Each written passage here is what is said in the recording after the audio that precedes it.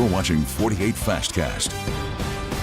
Good afternoon on this Monday. I'm Margot Gray with your 48 Fastcast. This is our digital newscast where we bring you the latest headlines in under 10 minutes. We start in Morgan County, where a grieving mother is now taking legal action over a deadly police chase that ended with the suspect running into and causing the death of her 17-year-old son. Rachel Moore, the mother of Tristan Hollis, filed a lawsuit over the September crash in Hartselle. So those listed in the lawsuit include the suspect, Archie Hale, and Priceville Police Officer Gary Chapman, who was chasing Hale. Moore is also suing the city of Priceville as well as an insurance company. She claims the suspect and the officer were both negligent during this chase and that the city of Priceville failed to train Officer Chapman properly. She is seeking a judgment to be determined by a jury. Well, the man convicted in the shooting death of another man outside a Huntsville restaurant now knows his fate. Kevon Clifton was convicted in the 2023 shooting death of Joel Broussard in the parking lot of the Crystal on the Parkway near University Drive. Police say the two got into an argument before Clifton shot the victim. He was found guilty of murder back in August. Clifton was sentenced to life in prison. Well, right now, the people of Jamaica are preparing for possibly the strongest storm in the island's history. This is a live look out at Kingston Harbor as Hurricane Melissa inches closer to Jamaica and making landfall. The storm reached Category 5 status and is expected to make landfall as early as tonight. Wind speeds reaching 175 miles per hour with gusts up to 200 miles per hour. Melissa already killed 4 people in Haiti and the Dominican Republic as it makes its way toward Jamaica. Now, the next advisory from the Hurricane Center comes out at 4 o'clock. We'll have that for you coming up. Plus, coming up in a few minutes, we'll take a complete look at Melissa as well. Here's the Parkway. We've had some spotty, very light rain showers. It's a cool day, too. 58, just a continuation of the cooler weather we had for your Sunday. And we continue to see these just real slow-moving, spotty showers, just kind of running in circles almost as we take a look at the area. Next 12 hours, we do expect more of the same. We'll stay in the 50s, and when we don't have rain, we may have a little bit of drizzle that breaks out. And over the next 3 days, 61 tomorrow. The showers are going to come in during the evening hours, and Wednesday will be wet, at least to start with. Some of that rain gets here overnight Tuesday into Wednesday. Some big changes, though, temperature-wise, pressure-wise. You may see more aches and pains from this storm system. I'll have much more on this coming up.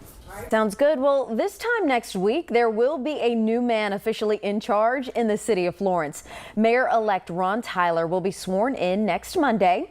He spent the last few weeks meeting with the newly elected council members to discuss plans for the upcoming term. Tyler says one thing he wants to see in Florence is economic growth. However, the city lacks proper utilities to run large facilities for future projects.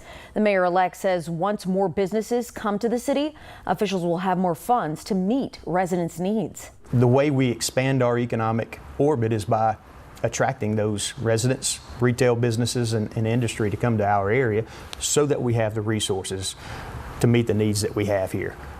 Funding public safety, funding education, funding parks and rec, funding repaving projects, helping the homeless, providing transportation. All of those require resources.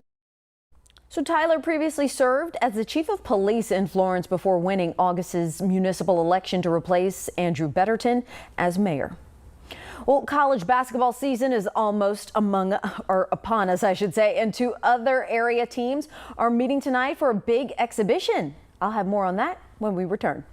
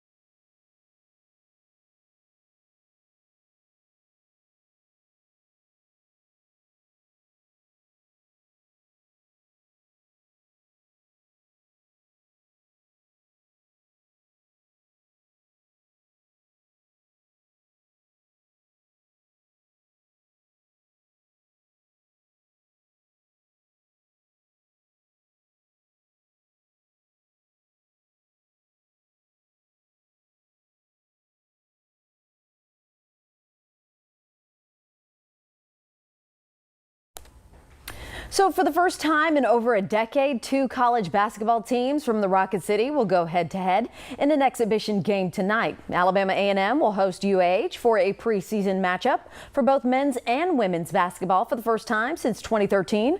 The women's game will tip off at 5 p.m. followed by the men's game right after. Both schools will collect food donations prior to the big game to support local food pantries. The games are at Alabama A&M's Event Center and is free to attend. Now, your first alert weather with Chief Meteorologist Brad Travis. Got news for you. Every day is going to feel like a Monday this week, the way things are shaping up weather-wise. Here's the latest on Hurricane Melissa. Winds are at 175. That's sustained winds with gusts to 200 miles per hour.